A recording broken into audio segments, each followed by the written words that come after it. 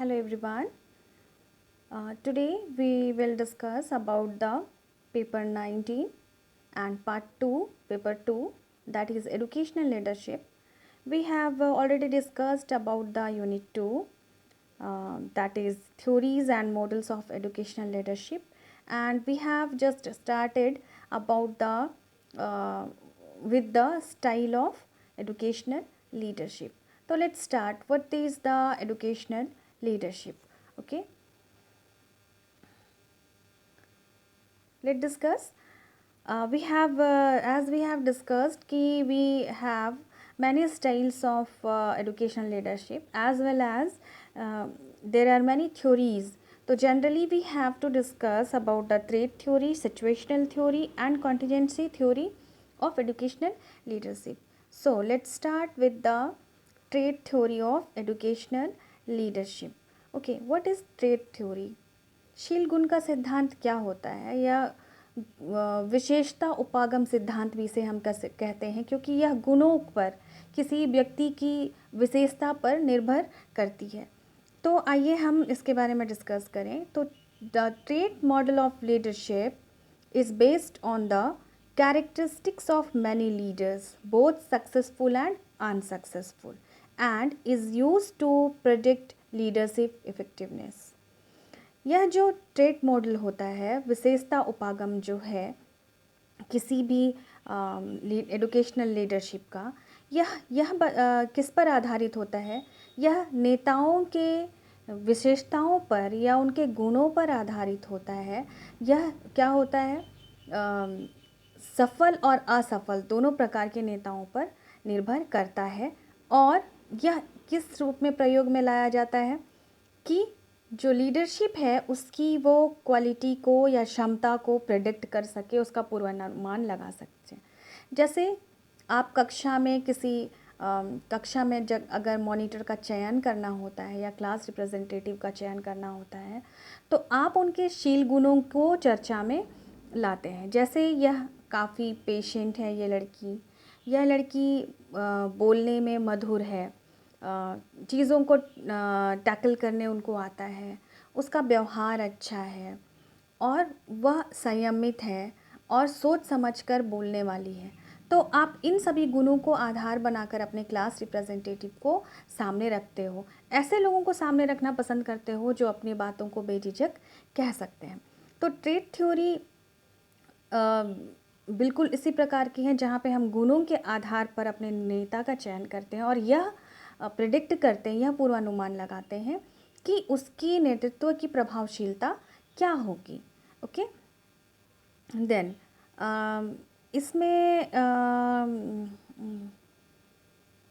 कहा जाता है कि successful leaders definitely have interests, abilities and personality trait that are different from those of the less effectiveness leaders.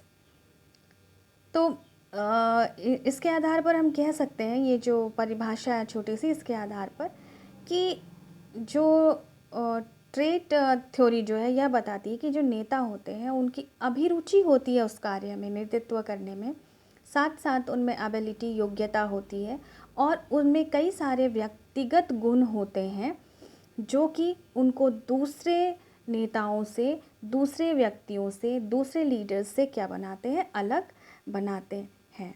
Okay, तो among the trait theory what are the main traits, क्या क्या trades हैं उनके बारे में हम चर्चा करेंगे.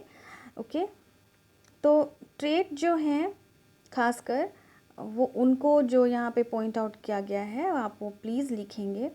First is achievement drive, means किसी भी चीज़ को प्राप्त करने की इच्छा, या इसको कह सकते हैं हमारी महत्वाकांक्षा. अचीवमेंट ड्राइव, यह क्या होता है? हाई लेवल एफर्ट लगाते हैं, high level of ambition, energy and initiative.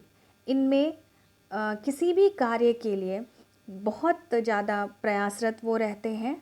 High level का एम्बिशन होता है, उनका लक्ष्य जो होता है वो बहुत ऊंचा होता है और उनकी ऊर्जा किसी कार्य को करने की और इनिशिएटिव लेने की क्षमता या किसी भी कार्य के लिए आगे आने की क्षमता उनमें ज़्यादा होती है। Then leadership motivation, this is one another trait of any leader according to trait theory of leadership, an intense desire to lead others to reach shared goal। यहाँ पे उनमें नेतृत्व की जो क्षमता होती है वह स्व अभिप्रेरित होती है, वह स्वयं ही किसी भी चीज़ के लिए कार्य करने के लिए अग्रसर होते हैं। कई बार हमने देखा है कि हम सब किसी एक समस्या से ही जुड़े हुए लेते हैं, लेकिन बहुत कम ही लोग होते हैं जो इनिशिएटिव लेते हैं। तो यह उनकी अपनी रुचि होती है और मोटिवेशन होता है, स्व अभिप्रेरण होता है, जो किसी कार्य को करने के लिए उन्हें आगे आने के लिए प्रेरित करते हैं। देन ऑनेस्टी एंड इंटीग्रिटी, इनमें किसी भी कार्य को करने का एकीकरण होता है और ईमानदारी भी होती है किसी भी कार्य को लेकर के। ये ट्रस्टवर्दी होते हैं, आप इस पर विश्वास कर सकते हैं, ये रिलायबल होते हैं, विश्वसनीय होते हैं और सभी के लिए खुले होते हैं, स्वतंत्र होते हैं। ओके, यह शील गुण उनमें पाया जाता है। देन सेल्फ कॉन्फिडेंस, आत्मविश्वास। आत्मविश्वास जो है यह एक सबसे बड़ा गुण माना जाता है किसी भी नेता के लिए। आपको क्या आप जिस क्योंकि उनकी एबिलिटी, अभी योग्यता बहुत ऊंची होती है, तो जाहिर है कि वो सेल्फ कॉन्फिडेंस रहेंगे। लेकिन सेल्फ कॉन्फिडेंस का अर्थ यहाँ पर यह है कि जो भी वह कार्य कर रहे हैं, वो जो बोल रहे हैं, वह किसी भी चीज़ को वह आत्ममंथन करके बोलते हैं, एक हाइपोथेसिस को सोच करके बोलते हैं, ताकि समाज को इससे ज़्यादा से ज़्यादा फ़ायदा हो सके। ओके, देन कॉग्निटिव एबिलिटी, इनमें जो ट्रेट होते हैं, खासकर जो विशेषता उपागम है, उनमें जो संज्ञानात्मक योग्यता है यह बहुत महत्वपूर्ण है। ये they are through this they are capable to exercising good judgement, strong analytical abilities and conceptually skilled. यह एबिलिटी बताता है, संज्ञानात्मक अभियोग्यता बताती है कि ये जो है किसी भी कार्य को करते हैं, जो भी कार्य हो रहा है उसको न्याय संगत तरीके से देखते हैं और इसे सटीक न्याय संगतता प्रदान कर सकते हैं, और इनमें विश्लेषण की अद्भुत क्षमता होती है। ठीक है, देन है नॉलेज एंड बिजनेस और वर्क। जो नॉलेज है, इनको किसी भी कार्य के लिए जो कार्य उनको दिया गया है उसका नॉलेज जो है, चाहे वो टेक्निकली हो या थ्योरेटिकली हो या प्रैक्टिकली हो, इनमें वह नॉलेज पूर्ण रूप से रहता है। देन इमोशनल मैच्योरिटी, ये भावनात्मक रूप से परिपक्व होते हैं, मैच्योर होते हैं। ओके, तो वे क्योंकि वो भावनात्मक रूप से मैच्योर होते हैं, so they are able to do well adjusting. ठीक है, वो किसी साइकोलॉजिकल डिसऑर्डर से पीड़ित नहीं होते हैं, मतलब मनोवैज्ञानिक रूप से अपने आप को संतुलित रखते हैं। तो अदर्स इसके साथ साथ और कई सारी विशेषताएं आ जाती हैं, जैसे वो काफ़ी क्रिएटिव होते हैं, फ्लैक्सिबल होते हैं, कैरिज्मा होता है उनमें, मतलब किसी भी कार्य को चमत्कारिक रूप से करने की क्षमता वगैरह। तो ये जो कुछ ट्रेट्स हैं उस पर हम क्या करते हैं, trait model of trait theory of educational leadership या लीडरशिप हमें यह बतलाता है कि किस प्रकार से शील गुण होते हैं, जो विशेषता उपागम होते हैं, वो किसी भी लीडर को कार्य करने के लिए प्रेरित करते हैं, और उस आधार पर हम व्यक्ति में लीडरशिप के गुण ढूंढ सकते हैं या नेतृत्व की क्षमता को जान सकते हैं। तो इसके कई सारे स्ट्रेंथ और वीकनेस भी हैं, इसे आप पॉइंट वाइज लिखेंगे। स्ट्रेंथ ऑफ ट्रेट थ्योरी और एडवांटेज ऑफ ट्रेट थ्योरी। शील गुण सिद्धांत या विशेषता उपागम सिद्धांत के गुण या विशेषताएं या लाभ। This is naturally pleasing theory, यह जो है यह प्राकृतिक रूप से संतुष्टि प्रदान करने का सिद्धांत है। Then second one, it is valid as lot of research has validated the foundation and basis of the theory. यह वैलिड है, विश्वसनीय है और वैलिड है। क्यों?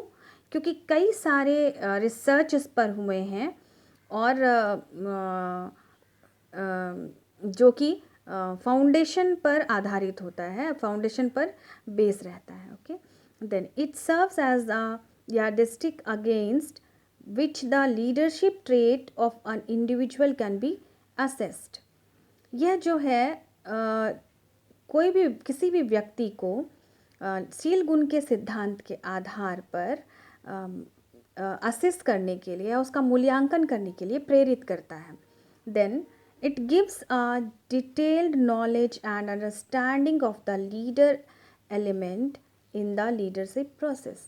यह नेतृत्व की प्रक्रिया में नेता के नेता में जो गुण होने चाहिए, जो तत्व होने चाहिए, उसका एक डिटेल ज्ञान और समझ प्रस्तुत करता है. तो ये जो है स्ट्रेंथ है ट्रेड थ्योरी के. Now let's discuss about the limitations of trade theory. Trade theory जो है लीडरशिप की, उसके क्या लिमिटेशंस है, क्या दोष हैं या क्या कमियां हैं. there is bound to be some subjective judgment in determining who is regarded as a good or successful leader. यहाँ पे थोड़ा वस्तुनिष्ठ न्याय संगतता को बांधना आसान नहीं होता है. जैसे कि कौन अच्छा और सफल नेता है, इसको बांधना बहुत मुश्किल होता है, क्योंकि हम कह सकते हैं कि एक ही नेता अलग अलग दृष्टिकोण से, एक व्यक्ति अलग अलग दृष्टिकोण से अलग अलग व्यक्तियों के मन में अलग अलग भावनाएं रखता है. जैसे कि मेरे मोटोज़ कुछ और हैं तो मुझे कोई और नेता अच्छा लगेगा, आपके मोटोज़ में कुछ डिफ्रेंशिएशन है तो आपको कोई और नेता अच्छा लगेगा या उसके कार्य की शैली अच्छी लगेगी. The list of possible traits tend to be very long. More than 100 different traits of successful leaders in various leadership positions have been identified. This description are simply generalized. इसकी एक कमी है कि देखिए कई सारे गुण जो हैं, कई प्रकार के गुण होते हैं एक सक्सेसफुल लीडर के लिए, लेकिन एक लीडर को इसके द्वारा हम चयनित कर सकें यह नहीं कहा जा सकता. जैसे देश में अन्य हम बहुत सिंपल सा एक एग्जाम्पल लेते हैं कि अगर किसी बुरे कार्य को करने के लिए कोई व्यक्ति प्रेरित कर रहा है, दो he is very intelligent, very calm, बहुत स्वीट बातें करता है, मतलब अच्छी तरह से बातें करता है, नॉट स्वीट, आपके मन के मुताबिक कार्य करता है, तो वह एक अच्छा नेता ही साबित हो यह नहीं कहा जा सकता है. Then there is also a disagreement over which trait are the most important of an effective leader. तो हम यहाँ पे यह भी एक मुश्किल है कि कौन सा गुण है जो सर्वाधिक रूप से किसी नेता की नेतृत्व क्षमता को प्रभावित करता है. Then the model attempts to relate physical traits such as height and weight to effective leadership. Most of these factors relate to situational factors. कई सारी चीज़ों को जो बताया जाता है कि उनका व्यक्तित्व सुंदर होना चाहिए, जिसमें हाइट, वेट, कलर, उनके पहनावे का तरीका, ये सारी चीज़ें आ जाती हैं. तो इन सभी को हम परिस्थिति के आधार पर नेता भी कह सकते हैं, सिचुएशनल थ्योरी के अंतर्गत भी ला सकते हैं. तो इफ़ेक्टिवनेस ऑफ लीडरशिप के लिए ज़रूरी नहीं है कि मिनिमम वेट या फिर हाइट का नेता लोगों का नेतृत्व नहीं कर सकता है. फॉर एग्ज़ाम्पल जो देखिए जर्मनी में जो हिटलर था वो काफ़ी शॉर्ट हाइट था, लेकिन फिर भी वह नेतृत्व की क्षमता रखता था और जर्मनी के लिए वह एज अ इफेक्टिव लीडर माना जाता था. ठीक है, तो कई सारी चीज़ों में अगर हमारे पास हाइट वेट नहीं है जबकि हमारे पास बाकी गुण हैं, तो हम नेतृत्व की बाकी कार्य नहीं कर सकते हैं. जैसे मिलिट्री फोर्स में हालांकि मेरे पास इंटेलिजेंस लेवल बहुत ज़्यादा है, लेकिन अगर मैं शारीरिक रूप से एलिजिबल नहीं हूँ तो वहाँ पे मुझे नेतृत्व की शक्ति नहीं मिल सकती है या क्षमता को दिखाने की योग्यता नहीं मिल सकती है. तो इसके कुछ दोष भी हैं।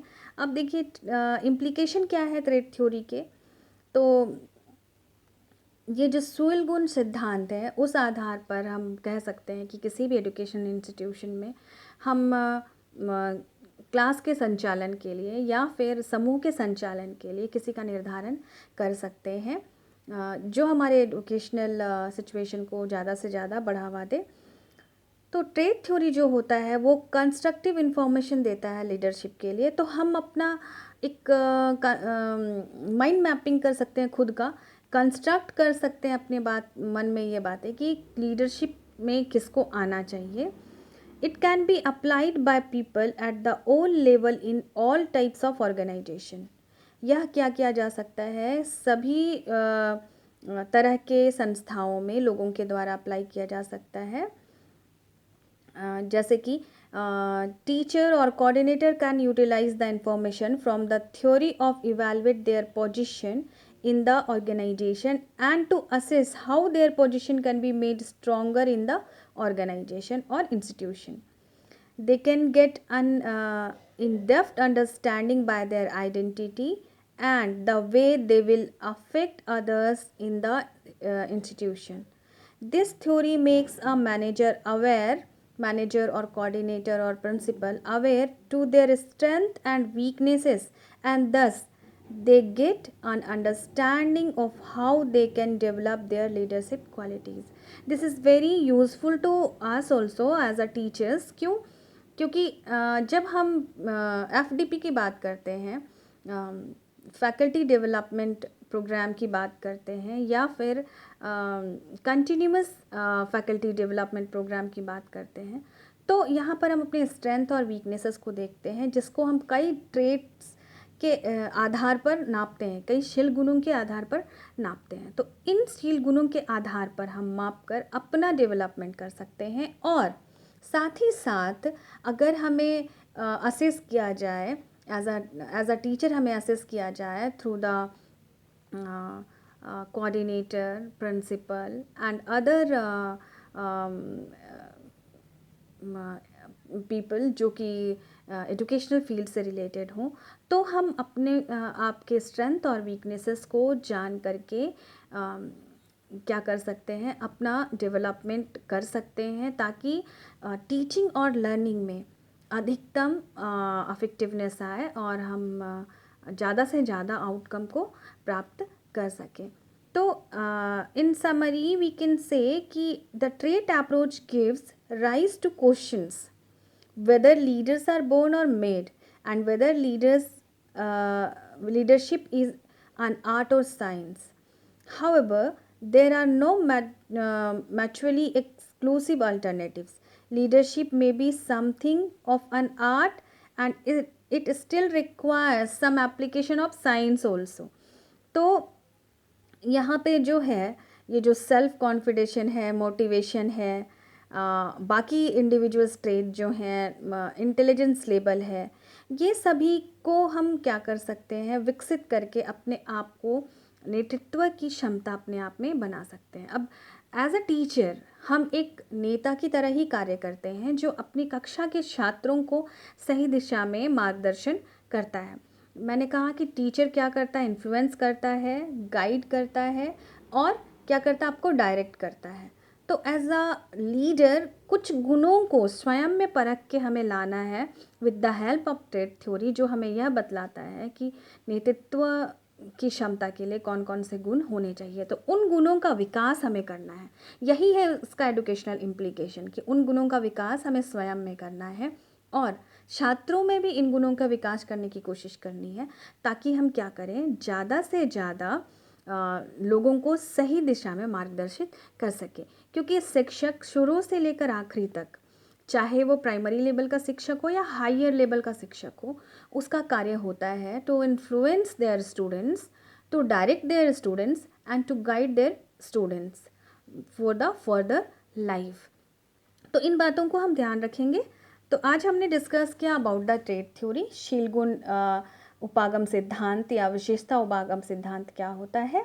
विशेषता उपागम सिद्धांत वह होता है जो मुख्य रूप से किसी व्यक्ति के व्यक्तित्व के गुणों पर आधारित होता है, और उस आधार पर वह नेतृत्व करने की क्षमता रखता है या नहीं रखता है, इस पर हमने चर्चा की।